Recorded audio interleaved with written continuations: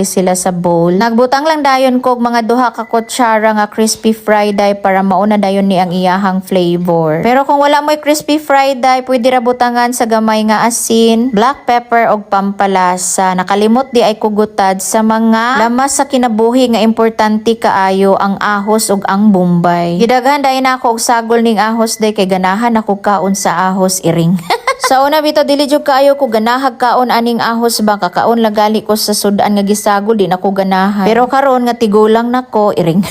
Ay dili pa kaayo ingon nga tigulang di ay ganahan ako magkaon perminti sa ahos. Og ibutang na dayon nato ning tanan nga mga lamas sa kinabuhi ug ato na dayon ning emekos-mekos. Nagbutang po daay ko gamay lang gyud kaayo nga asin kay basig kulang pa to ang atong crispy fry. Para dayon sa iyang butter day 1/4 cup nga cornstarch ug 1/2 cup nga flour. Og 1 teaspoon lang dayon nga baking soda. Mag-add lang dayon tag upat ka kutsara nga crispy fry kay mauna nay magdalag flavor. Isa dayon ka itlog. Pero again, kung wala mo'y crispy fry, pwede ra asin o black pepper o pampalasa. Butangalan dayon natog tubig, hinay-hinay lang kay aron dili masubrahan o kung inani na iyang consistency, sakto na ni siya og ready na dayon nato sila i-fry. Gibutangan lang dayon ako pod og gamay nga honey para pampabalance, gamay lang kaayo. Kung wala mo'y honey, pwede ra asukar gamay. Ato lang sa dayon siyang i-mix again. Magkuha lang dayon tag isa ka kutsara nga vegetables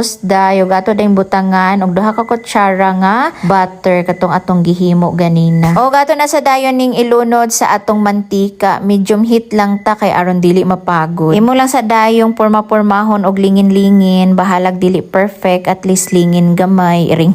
Same process lang dayon sa uban day until mahurot ang tanan-tanan nimo nga mga vegetables. Isa ka kutsara nga mixed veggies og duha din ka kutsara nga butter og ato dayon ilunod. Medyo kuti-kuti jud ni siya buhaton day pero worth it man sad ang kalami aning vegetable okoy. Bantayi lang nga dili siya mapagod day, pa golden brown lang nato siya kay medyo dali-dali ra pud ni siya maluto. Og excited na jud kaayo ko mukaon sa atong vegetable okoy day, naradayon ako ang naluto na gwapa kaayo sila lantawon. Dili lang kay sila gwapa lantawon, lami pud na sila kauno. Medyo dugay-dugay jud ko naka-upload karon day kay dugay man kay ko na humagluto aning vegetable okoy kay haskang kutiha.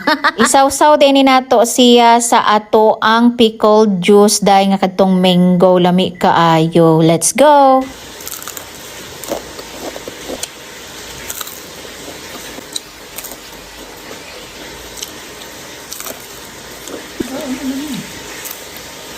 Salamat kayo sa pagtanaw ninyo sa akong video ha. Unsa magamping kita kanunay, maruto bye.